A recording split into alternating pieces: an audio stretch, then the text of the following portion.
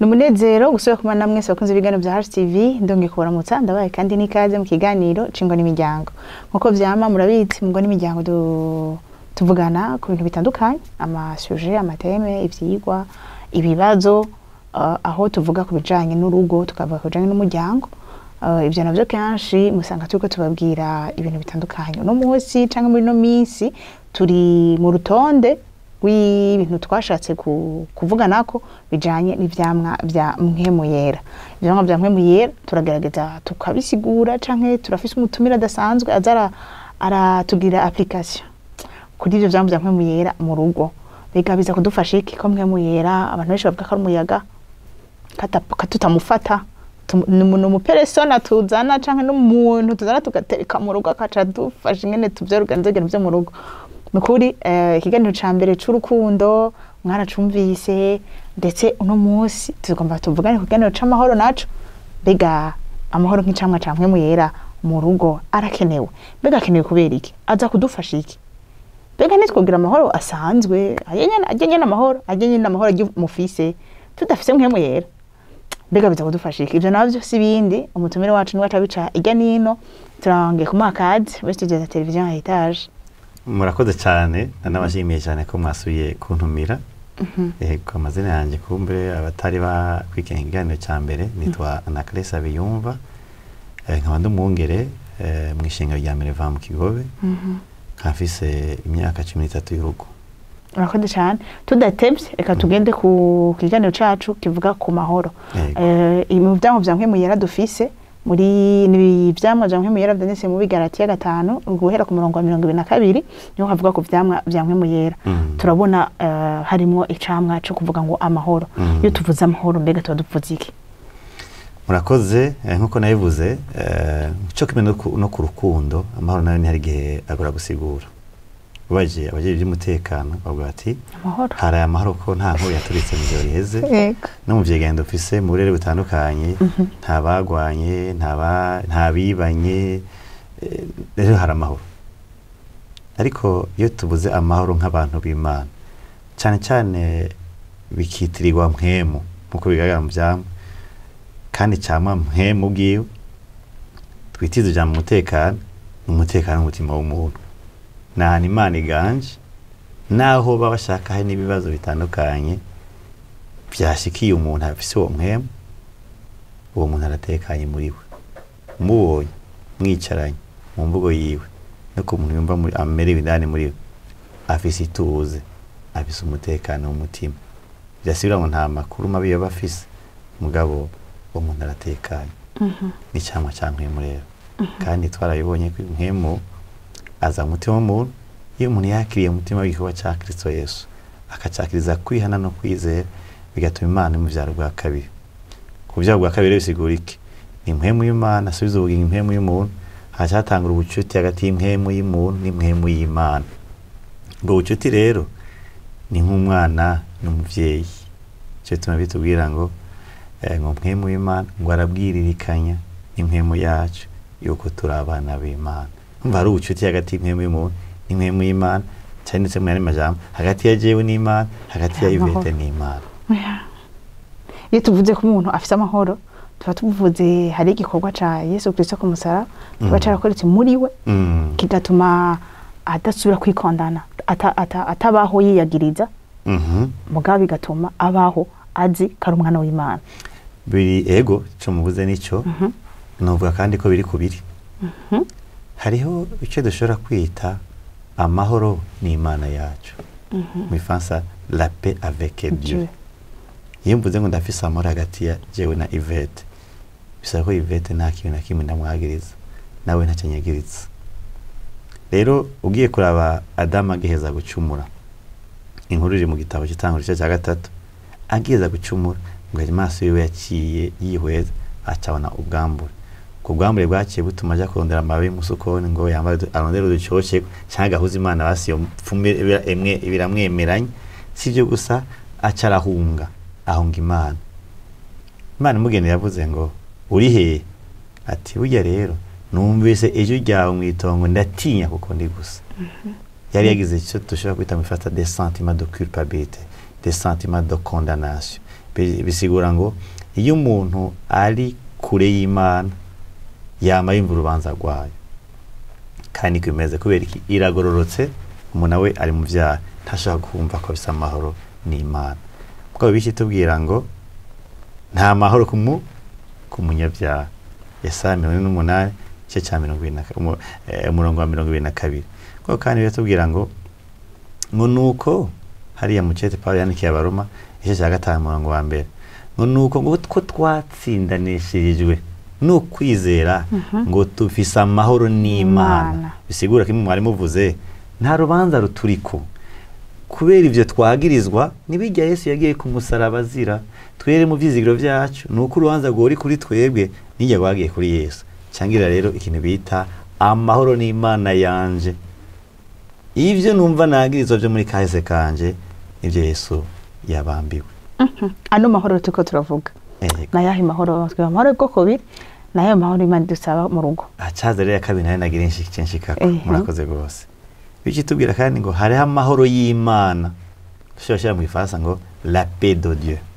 La paix de Dieu rero niho rero ikigende kacifatana n'ukuntu tugenda hano mu isi bisivye itugoza niho acaza no kugira cyakoze mu ngo zacu twubatse ayo mahoro tuyabona gute tuyabona nk'akarorero twitiye ijambo ry'Imana mu cete Paulo yandikiye Abafilipi cya 4 kwere ku murongo wa 6 tushaka kuwindwi batubwira ngo ntihagico mwiganyira kubera iki vyoganya birahari ngo ntibitume mwiganyira iyo umuntu avuze ko ari kariganyira n'umuntu yafashe ingorane zo zigira nk'ururirimbo ngo mugabo avec bien au contraire oye de soramate aho kwidoga aho kuganya ngo ivyo nyine mukenye aba ari byo muca bumenyesha Imana kumenyesha Imana ngo mujye gusenga mu gusenga mu kwinga no mu kenguruka mugene imbere y'Imana mubanze mushime ikiri mushime ukuru bwayo mushime ivyo yamaze kugira akora muri kahise kayo ko bituma ubaka n'igicaniro canke un hôtel esenje rya kari mu buzima ririmo gutahura Imana uko imeze ivyo yakoze ivyo yasezeranye haro kandi no mu kubwira Imana cyo mushaka ngo niho rero mva nk'inkurikizi iyo wabikoze ngo niho rero ngo amahoro y'Imana washaka ngo arutwa nuko yomenywa n'umuntu wari we wese hani majambo amwe adashaka gusigurwa n'abatari ko bayagenderamo amwe adasigurwa n'ibipimo ona il y a des paramètres de mesure de la sécurité hari bipimo umutekano bivaye n'abavyize aya mahoro ngo azoba aray'Imana kandi ngo azoba adasiguritse bisigura ni Imana zikaganza umuntu kuko yatoye dossier zibimuhanze cyo tumaje mparavuga nti ugiye ibibazo byacu ntikwiye kugira adresse mu mitima yacu bikugira adresse mu Mana iyo bije bikanyirirwamo bikandaramwo umunsi wa mbere umunsi wa kabiri umunsi wa gatatu nta kindi bigamije no kunyononera urugo rwanje no kunyononera akazi kanje no kunyononera ingabire yanje no kunyononera imigendere myiza n'abantu nari mfise bigomba kuma iyi ni insiguro mbi yajewe bigwa kunyononera uko nibona hamwe namwe bizaba bimbwiye nuko abantu bameze ntangure kugira ibibazo n'abandi bantu n'Imana ega n'Imana zaba binteranya nayo amahoro rero bisigura ngo ni kujya kuri Imana zikaganza umutima uri mu bibazo kuko ibibazo bihari mugabo vyimuwe byashizwe ku Mana Imana afashe dossier zawe kazakira usigore mu rutwe mu rugo rero kubeki ari cyama dukenera turagira n'ibibazo uyu munsi hari abakenyezi batarabona imbyaro kandi beko batukirwa n'imiryango nabayi nabukwe ahantu hose aciye abagenzi babo bafise abana bagira ati bega nta gishasha nta kana ntacyo urabona kumbure ku kazi babona abantu bongoranya tihajya bariko baramvuga mu rushengero mwe yatangura byo mumenga ntibogena ko bagira ati numva bavuga inkuru z'abana gusa ayo mahoro mega azagudufasha iki azagudushoboza ngo narabwiye Imana ikibazo mfise singira uruvyaro ariko narayishimiye no kubindi byiza yagiye irankorera narabonye n'ingene Imana imeze ntiyihenda nicegwa ariko kandi narayishikirije umutwaro mfise kandi nabimaze mu mwanya uko byari imutsure umutwaro narawimuriye mu ijuru sigaye mu isi nganje n'ubucuti mfitaniye n'Imana mu kurindira isaha y'Imana nzobonera ko icyo Imana yasezeranye ku buzima bwanjye cyangwa icyo Imana yatekanije ku buzima bwanjye. Icyo cyangwa rero kijya kuba kigaragara muri jewe atari uko inyishu yabonetse, ahubwo ko nganjwe n'Imana, ibibazo navyimuye nkabihereza Imana. Amahoro agaragara mu mitima yacu atari kubera ko ibyo twari dukeneye byabonetse. Ego. Nico kitokwereka ko hariho amahoro. Nashaka kumva. Ego. Amahoro. Tuyashize ahantu hatari amahoro mu rugo. Urugo rurasambuka. Cyane. Kwiki rusambuka. Iyo umuntu adafite amahoro akora ibyo atazi ko yakoze. Iyo umuntu adafite amahoro aravuga ijambo atazi ko yavuze. Iyo umuntu adafite amahoro arebaga n'ibyiza amaze gushikako. Umuntu yababaye ari mu ruhagara mu mutima arebagira ko yigeze kubyara, arebagira ko umunsi umwe Imana yamuhaye ikibondo, arebagira ko naho afite ibintu bimubabaje afise abana Imana yamuhaye atarigera aburara, atarigera amarika imbabura nk'uko bamwe babivuga ngahe Bujumbura. Abana amashuri ararishe, impuzu arafise, mwabe ikibazo kimuje amahoro ni ingwara kana gafise imuteye ubwoba. Kimuje amahoro nuko dosiye se ukazi bavuga ngo mu mwaka uza ntibazobongera kontra. Kimuje amahoro ni kwera ibibazo impuha z'intambara yumva, ugasigara rero inkuru imwe iraguhaye uruhagarara rw'umutima, bigatuma wibagirana kwa kundi Imana imeze ko ari Imana iganza byose, kwa kundi Imana ibyacu byose ibizi kandi yabitegekanije, kwa kundi Imana ifite ubushobozi bwo ko naho ibyo bintu bikurumva vyoba yo bikurindiramo, kwa kundi Imana dukunda kandi dukunda urukundo ruhebuje kandi tuvuga ngo ruri inconditionnel atacyo ruhagaze ko yagukunze kuko ane ari rukundo. Uribagira Imana ugakora n'ibyo utokoze kuko wabuze amahoro. Iyo tuvuze amahoro ni kubera ko haba hariho ubwoba. Ego. Ubwoba abantu benshi barashobora kuvuga ngo ntango ikintu maze kumva mw'isi kiri très dominant nuko umuntu aba hadafise uruhagarara. Tuvuga uruhagarara. Udafise uruhagarara rw'ubuzima. Ubura umuntu yanjanduka ku buzima, umuntu atari sérieux. Mu bakristo rero nibaza yuko ikintu nariko nshaka kumenya ni mbega umuntu yoba hari sérieux mu buzima kandi ahagoma afise amahoro. Washaka n'iryo jambo buseriye nabo ntihagiye babyitiza bayifatanije n'amaranga mutima. Hari abantu bivanye n'ingene bakoze cyo dushaka kwitimira kavukire. Bamwe bafata ko abantu bakaza ishavu cyangwa ari abantu bakomeretse muri kahise kabo, ibintu niyo byo bari byoroshye bagira ibigumye. Hama kandi kubera batabona ko ari Imana yatumye igice bashyitseko kandi kose bahetse ko banakumenga nibo babaye ababitumye bikunda. Rero muri abo babizera ngo bageze aho bageze kwera ugezeho kuba seriye nk'uko bakwiye jambo bacasigara banakumenga abantu bose ni reja abantu bamana amahoro, ibintu byose ari n'amahoro, menga n'umuntu afina umuntu abenegrija. Mugabo kubera Imana ifise amahoro iratekanye ahekeraho n'ibibazo biri mu isi kandi Imana ntiyicaye ikirakora ibibazo iyakirakora ibikorwa bigenda bigarukana ya mahoro mu isi, mugabo ntiyiruhagarara muri yo. Rero iyo umuntu afise amahoro muri we hisura umuntu yabonye ingorane yazibonye yafashe utunote, hari ibintu yabonye ko yokora kandi ariko arabikora, ariko kubera adafise uruhagarara ntiyanabivuze, yacyamenye ibanga ko bidasohoka abo kwibwira ko muri yababwiye mugara atekaye muri we. Hama kandi hashaka kugira ati ibi bintu naho hari ibibazo kugira tubikosore bisaba umwanya, kaduhere ko cyambere icya kabiri reka ntware bukebuke, sinje kuvuga amajambo atariyo, sinje kubwira abataribo, ndatekanye na ibibazo bihari. Mugabo wawe ndakunda ibintu by'uruhagarara adatekanye aca yibaza ko abantu bose ahubwo badakunda Imana, haca bakunda Imana, ntibari seriye, ntibari responsable, sabantu babizigirwa. Imana iradusaba gukora, iradusaba kugira umwete. Wowe wabonye ko ibyo bibazo utaza kubitorera inyishu umwanya umwe, amahoro ukaca uvuga ati amahoro niyo nsabwa. Hari umuntu yigeze kuvuga ati iyo umuntu afise uruhagarara ahazwa nuko ibintu byavuzwe gusa. Nari majambo cy'ubwira kamubwira ahantu ivyo mva nibiki mukayivuga ko busa mukabivuga ko mukayivuga musa mukayivuga ko acajyoherwa kuko ya marangamutima yiwe yakomeretswa n'ibihe aryoheye ibyo bisuye kuvugwa. Acavuga ati il y a des gens qui aiment parler des problèmes. Haraba bakunda kuvuga ingorane. Ati mugabo kandi hari n'abandi bakunda kuzitorera inyishu.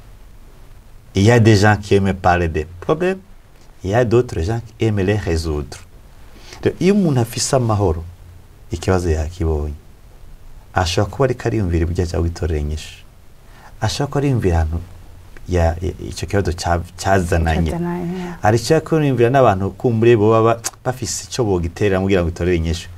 Ujya mwanya kariyumvira yanse ko Satani aza kumuha uruhagarara, aratekanye bimwe yatanga icyo akoze, ibindi ariko arondera ibyumviro byamubwira ngo azotangure ikintu kimeze neza, ariko aratekanye muri we.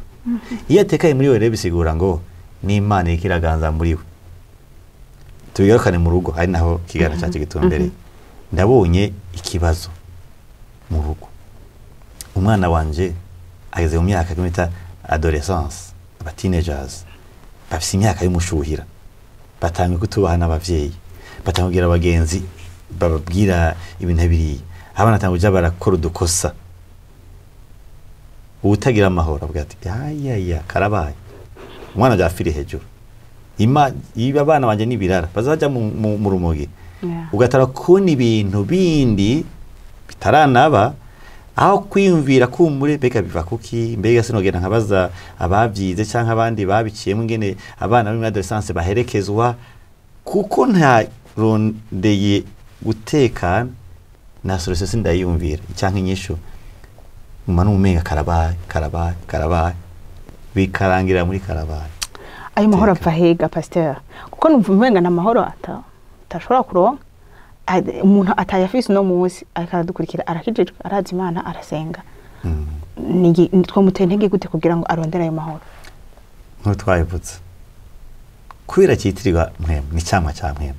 Kandi wibuke ko twabwa tuti icyama cya mpemu kugira gitahure banza wigiti cy'umwembe, cy'umucungwa, cy'imandarina n'ibindi, kiyahize kuba kabuto, kirashyirwa mu ivu, kiravomerwa, izuba rirakora icyaje, amazi akora icyaje, kiraza gato kiri gito mu isi, kirapusa kiraduga, izuba ribana rikora igikorwa, imvura ikora igikorwa, umurimyi arakora igikorwa, n'umwanya byasabye. Umuntu agomba kuzana icyama cy'amahoro mu mutima we n'indi. Namaze amenye ngo narakijijwe kandi akizabise bona bise mpemu muri jewe. Kandi uwo mpemu Imana ikeko tunywana nawe biciye mu gusenga. Cyo tumapara ati ntagico mwiganyira, aho ibyo mukeneye imenyeshwe Imana mu gusenga, mu kwinga no mu gukenguruka. Umuntu agomba kugaragaza ibyamwa bya mpemu arangwa n'amasengesho. Mugabo kandi akarangwa n'ijambo ry'Imana rimushoboza kumigira icyo yemerewe n'icyo atemerewe. Uko niha ijambo ry'Imana comme autorité, cyo y'Imana nk'ubukuru kuri jewe, kacamba buzima bw'amasengesho, ku buzima bw'iwanje, ariko ikintu cyose numva Imana yagihereza Imana, nisangiza umutekano Imana nyihereye, kuko amadose nayiyatse ndahereza Imana. Sinshobora gufata gitondo ngira amahoro. C'est pas une décision. Singingo. Ahubwo ni kimenyetso cy'ubucuti. Hawe cyo tumara abantu tora tugenda ku manterema, babuza abagabo babo, babuza abana babo, babuza abantu bari hafi yabo, twitega ngo bararira. Ubona ko iyo abantu bari ku maziko hari n'abagomba kugwa mu kinogo bajaye n'uwo bariko barahamba, ugasanga umuntu arateka, bamuha ijambo ati uyu muntu namukunda kandi nari neza uko ari karabaho, nari nifuza naho ibyo namutegekaniza nk'umwana wanje. Uyu mwana agwara narasenze, naregereye Imana, abaganga barakoze ibyo bashoboye, ariko ko uyu mwana agiye simburana n'Imana. Naramuhawe ariko itariki yo kugenda sigenda yimenyesha nkuko bintu kuri bose. Je n'Imana nta kibazo, nta rubanza rw'ibyaha mfise, ariko siko ndanayiburanye kubera ko bisise narasenze, binyereka yuko yateza kuzogenda ndatekanye. Ibyabaye ntabyo nohitamwe je bashaka, kuko sinahitamo ko umwana wanje agenda. Mugabo kwagiye gihe kibe cyari ndatekanye. Hari binozezwa ndabise urugo nubatse, ndavyo ariko ndakora mu kazi nkora ndavyo iyo nkora mwishengere ivyo nzoba ndabijezwa kandi nahone Imana ikeneye ndabikora ntekaye niyo nemera ko uruhagarara ruza muri jewe kubera icyashitse nzosanga ahubwo kuri Imana ndabihevye ukazogenda n'umuntu afise hamuka gusenga cyasigara no gusenga umenga ndumye singisenga kubera iki Imana yemeye kirazira kunigana iki Imana yemeye igihe kimwe ndabashinga intahe mu mwaka wa 2013 je naragize ibibazo bimwe naribwe abantu barantera mu nzu n'inkoho n'ibipanga n'amafera beta songoye kaho menga baje kwiba umuntu biteguye no kwica bansanga mu nzu barangyamika hasi bantwara mu cyumba nyine bamera nk'abanyigaraniye ntibanyigaye mugabo bazaye umuntu umwe afise inkoho yasigaye ku gutwi ndyamye hasi atukavyuka ndamena barangira haheze amezi make irega umwana wanje arapfa apfa kandi mu buryo byagaga ko ari ikosa ry'umuganga banatubwire bati nukuri mwebwe ujya muganga yatumye murakora urujya mwana twaramuhaniye kera ko yakira abantu nabi rero hamwe mwitwarira twebwe abantu dukorana tubashigikira hari muganga twegera tubwira ivyo bintu by'ukuri birambabaza mudamu wanje arababara kandi nagiye guhamba umwana wanje umudamu wanje ndamuze muri koma kubera yagize shock kandi hari n'abavuga bati naje taransha mu byumvira ati burya tuyo turamuhamba kwa kabiri hagiye tuhindukira umukenzi yapfuye kwa gatanu cye kwa mbere uza twatagarutse ngaho rero barumubabara no kwinarababaye namuririye nasenze amasengesho y'ubwoko bwose guteka impemu y'urupfu gusaba Imana ngo imuzure nakusengesa amasengesho y'ubwoko bwose ariko ndashika ahantu ati njye narasenze kandi Imana yaranyumva kandi biriko ndahura nabyo singaruka yica ndafata ko Imana kibazo ifise muri byo naje nakwiyoga ikibazo nabyo numva mbwiwe cyane numva fashe decision ntabwo rero igikorwa nsigaranye ni kwitaho umudamu wanje yova muri koma araza ndamwakompanya ndakira nawe arakira Imana duhezagiza abana ubu dufise abana rero uwo mwaka kuri abayemo ibibazo byinshi haragize igenda wita année noire umwaka wirabura kuko les espèces ko ndakubivuga umwaka nyine wabayemo ibintu bibi cyane ariko rero umunsi umwe ndibuka numenga ariko azana ivyumviro biri kubindi biranshikira hataho ni muntu ariko yashikira ngaha mwisi make mbwira naba mu Gihosha ngeze aho bita kuri lycée du Saint-Esprit Imana ambwira ngo ibyo bintu bikora gushikira n'abandi bantu byarabashiki kandi n'ubu banabashikira mu isi n'ubu nyine dugo turavugana n'umwe biheje gushikira hari ubuze hari bagonza hari barenganije n'ibindi bitandukanye ngere bashika ku bahana ashyentekana ikindi kintu kigeze kunshikira kubera ihamagarwa ryanje ryabaye mutuntu amajwi menshi Imana agira ampa indoto nyinshi ubwisho bwinshi narumva ko hari ibintu byinshi Imana ikiranganiriza mugabo nkabona ko ari byo biva kuma mugabo ndiko ndawo iyo byo hura n'ingene byo kurikirana ikantera ikibazo nukuri naragombye kugira uhagarara mu mutima akati Imana kino kintu kizoba kibaye izo cyagenze gute iyi kizoba bizo cyagenze gute ntazogiye ibyo sindabikorera rimwe n'ubu ndafite ibintu byinshi Imana agira anganiriza mugabo rimwe ndibuka ndi muri wakarede nagiye gusuzuma umuntu umucuti yaragwaye hamwe ugenda ahantu uzinguye ko rasuhuza mugabo utari ko rasuhuza ufite ibindi bintu by'uruhagara mu mutima wawe nukuri Imana irambwira ngo Anaclet ikibazo ufise ugomba gutahura byose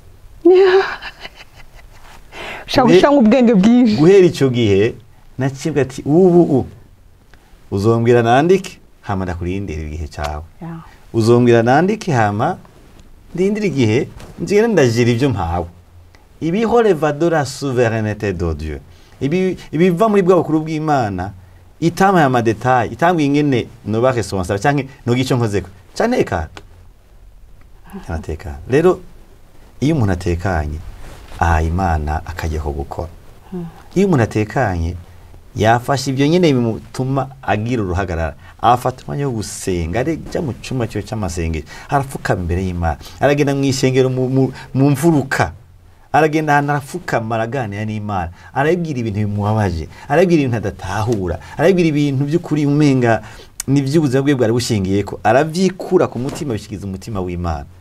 Imana itoye dosiye yawe ushosigara utekanye. Utekanye rero niho muhira madame abona ati vraiment ndi mu bibazo kabo siko natera uhagarara muhira. Kandi umuntu adatekanye atera uhagarara abandi. Bariko barandenganya ku kazi, bariko bashaka amadosiye ababaji bambeshe binabiri ariko ndatekanye. Madame arabizi, umugabo wanje arabizi, aho dukana arabizi, ndatekanye ariko ibintu si byiza. Ko iki ntekana navyo suko nabayenzeriye, suko ndi sinabibazo, suko bashaka ntabona n'uburemere bwabyo, nuko dosiye nayimuye. Dosiye ndayimuye nkashikana mwijuru kubera gusenga kwanje. Jewe sasigara ndemurutswe ndi mwisi umunsi ijuru ryakoze kuko ryafashe iyo dosiye rikaryakira njako nico ijuru rikoze mwisi cyantekana. Amen. Amahoro yo mu rugo n'igihe hari ibibazo biko biraba kumbura cyo niko ndabona kitarikiza ku mudamu kagisengera mu ibanga cyari ku mugabo nkasengera mu ibanga cyangwa hari dosiye duhurira ko twese n'umugabo wacu wanje mugabo biraturemereye mugabo nanje nihaye Imana gusenga cyandindira Imana kandi ucutekana cyasigara tega naho hari ibibazo biko biragora muri gisata iki hari ibindi bintu Imana yampaye fise umwana gwaye none ntabwo utagwaye ntenza kuzezwa kukazi bariko barandengaye none ntarwo nubatse bimeze nabi kukazi nari kwishenga nta gikorwa njejwe tandukana n'amadosiye ya kuko wayimuye akava kuri akagena mwijuru usigara ugenda utekanye mwize amara akaganza umutima wawe ega n'umugabo warakubona ati umugore wanje ari muhira reka tugende gusangira akabrosete kandi ibibazo bihari umugabo arashika ukanamuremura umutima ko ukazi bimeze nabi mugashitse muhira araruhuka. Cyo tuma hari umuntu yavuze umunyabwenge yavuze ngo la famille bayite mu France bon byari mu Mexicain mugabo yavuze mu France avuga ngo la famille c'est l'hôpital le plus proche. Urabona ko ikigo mpuzamakungu cy'itamagara abantu OMS kirasaba yuko aho byagenze neza abanyagihumbi bijana bafise mu docteur n'igiharuro ngenderwa barondera ko muganga yoba accessible abantu bamushikira ati mugabo rero undi ati yo umuganga wa mbere hari ni muhira ko cyituma iyo umugabo watanze atashe mukenyezi unyumva afise ibibazo ziko afise kirazira ko ashika mu mutera ibindi nafise utundi tubazo tumbure kubera mutaniye gerageza muhira ahantu ho kuruhukira ubise ibyo muganira koresha amajambo y'urufasoni rondera umwanya wundi muganire ariko ntave mu kazi bigoye mwashike muhira bigoye ngasange bigoye tutabaye mutera ikibazo cyo kibe n'umugabo na wene tumenye ibihe abadamu bacu barimo hari abadamu bibungenga abagabo ntibabaherekeza hagutati ujye mudamu afise inda y'amahasa ujye mudamu ari kwirekwe hakeneye kumvirizwa hakeneye gufashwa hakeneye kuguma aherekezwa mu buryo butandukanye kugira ngo ijya ndikira mubabaza aheze afashe umugabo wiwe no kuvuga ngo iyo umugabo afise amahoro akwiye kwihereza umugabo wiwe iyo umugore afise amahoro akwiye kwihako umugabo wiwe. Urakoze cyane gose urakoze cyane nakuri amajambo meza tuje dusoreka n'ikiganiro cacu ariko nukuri ijambo ry'Imana riradusaba kurondera amahoro muno kuri twumviriza ufise ibiguhande kandi umvise ko atari negligence biraduhanga twese no gushika ku bantu wibaza ko ari abantu batunzi ba mbere bajya abantu bose wibaza ko bafise amahoro bajya bose urubona bibazo birahari mwisi. Yesu yarasezeranye yuko tutazobura guhura navyo ariko ikintu yatwemereye n'amahoro baraganze imitima yacu ayo niyo adushoboza yuko twubaka ingo zacu neza ryari. Hariho ikintu nashaka kongera ko muvyo yavuze ibintu bihambaye kandi binini mugabo ikintu nashaka kuvuga n'ikijanye kijanye nuko utagira amahoro nayo utanga.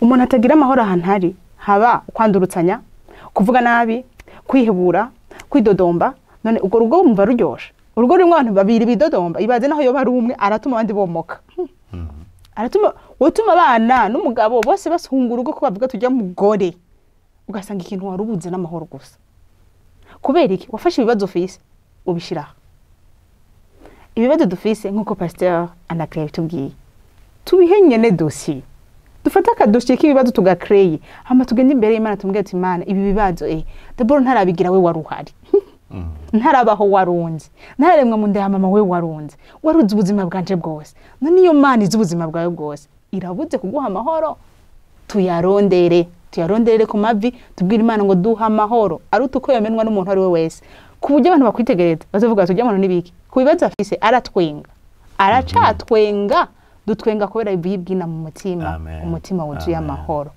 tuyarondere tuyakurikire ako karandyohera tuyakurikire ntu perdre l'occasion yuko uvuga uti harabaye ikibazo reka cama ndayadepose yakurikire nayo azodusanga kandi azodushibamira azogumana natwe azodufasha kuja ibibazo dufise azodufasha kubaka ingo zacu umva nta circonstance nimwe mu buzima pasteur Anaclet yavuze ibijanye n'uruvu niba twikintu cyambere mu buzima cyo tuma umuntu abaho yihebuye ari uruvu mugabo ibaze nimba amahoro yoshoboza umuntu akamushoboza kuja kuri tombe wabuze umuntu wawe ukavuga ngo numva nuzuye amahoro uwo muntu mbega aratahurwa n'isi aratahurwa n'umuryango aratahurwa n'abandi bari proche yiwe ntibashobora kumutahura mugabo wewe uyafise araguha amahoro kandi ayo mahoro urayapartage tuba tuje kumantema twese ahantu umugore yabuze umugabo atari kararira mbega ninde wundi muntu yorira n'abarira binyegeje muze mu byo observe barira binyegeje kubera ko umwana hari kararira umugore ntari kararira none uhurizwa n'iki ntibari ko bararira baratekanya hamwe n'Imana yawo iyo Mana irahamba Imana itanga amahoro tuyarondere tuyakurikire kandi tugume tuyarondera imisi yose ono bw'Imana bugwe mu ngazanye n'umuryango yanyu turashimiye pasteur Anaclet ku majambo meza yatubwiye kandi tuzarabandanya no mu bindi biganiro muzosubira mubone mu kiganiro cyacu kizokurikira aho tuzovuga ku yindi ngabire twahawe ingabire ya mpwemu yera iyo nayo muzoca mubimenyesha mu kiganiro kizokurikira umwami Yesu abahezagire